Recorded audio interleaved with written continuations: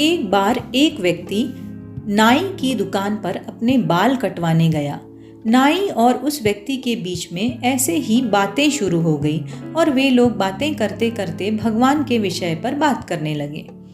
तभी नाई ने कहा, मैं भगवान के अस्तित्व को नहीं मानता और इसलिए तुम मुझे चाहो तो नास्तिक भी कह सकते हो। तुम ऐसा क्यों कह रहे हो? व्यक्ति ने पूछा।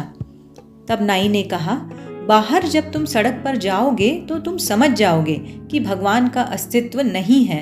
अगर भगवान होते तो क्या इतने सारे लोग भूखे मरते? क्या इतने सारे लोग बीमार होते? क्या दुनिया में इतनी हिंसा होती? क्या कष्ट या पीड़ा होती? मैं ऐसे निर्दयी ईश्वर की कल्पना नहीं कर सकता जो इन सब की अनुमति दे।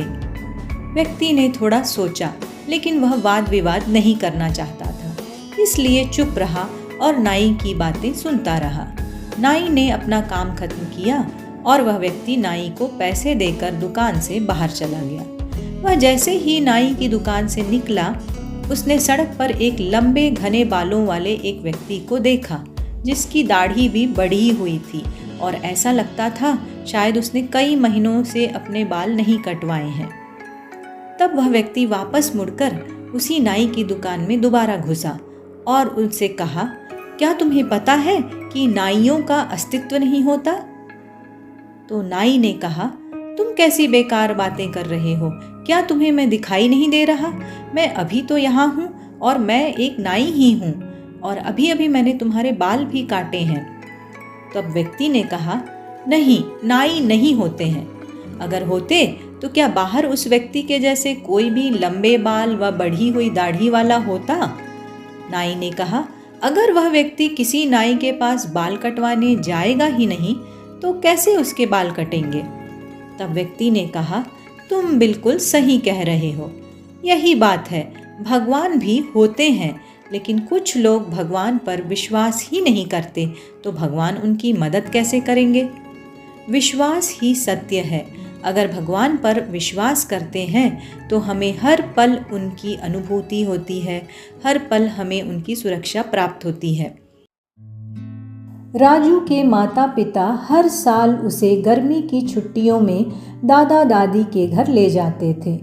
10-20 दिन तक सब वहीं रहते और फिर लौट आते। ऐसा प्रतिवर्ष चलता रहा।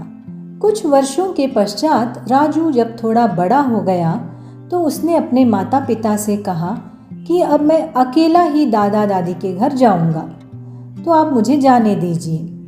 माता पिता पहले तो राजी नहीं हुए, परंतु राजू ने जब जोर दिया तो उसको सारी सावधानी समझाते हुए अनुमति दे दी। जाने का दिन निकट आया।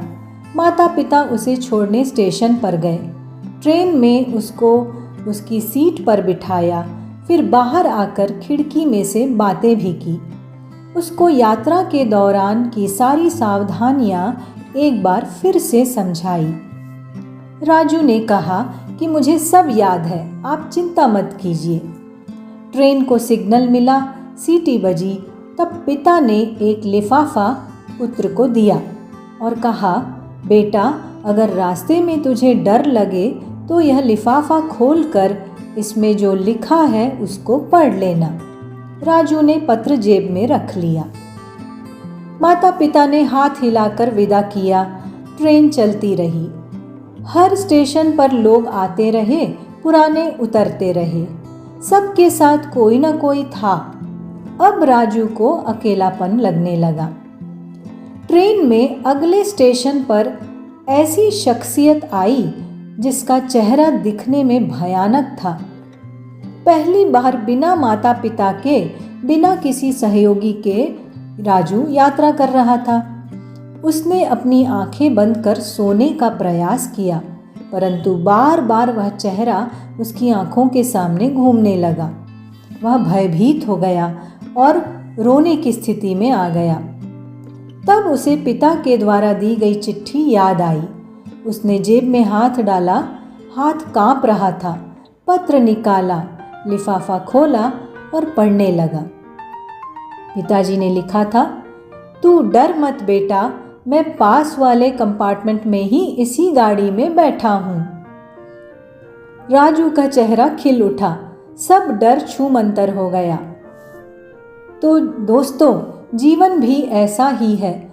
जब भगवान ने हमको इस दुनिया में भेजा, उस समय उन्होंने हमको भी एक पत्र दिया था जिसमें लिखा था, उदास मत होना, मैं हर पल, हर क्षण, हर जगह तुम्हारे साथ हूँ।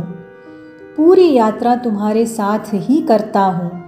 केवल तुम मुझे स्मरण करते रहो, सच्चे मन से याद करो, मैं एक पल में तुम्हारे सामने आ जाऊँगा। इसलिए चिंता मत करो, घबराना नहीं, हताश नहीं होना। परमात्मा पर, प्रभु पर, अपने इष्ट पर हर क्षण विश्वास रखिए। हमारी पूरी जीवन यात्रा के दौरान वह हमेशा हमारे साथ है।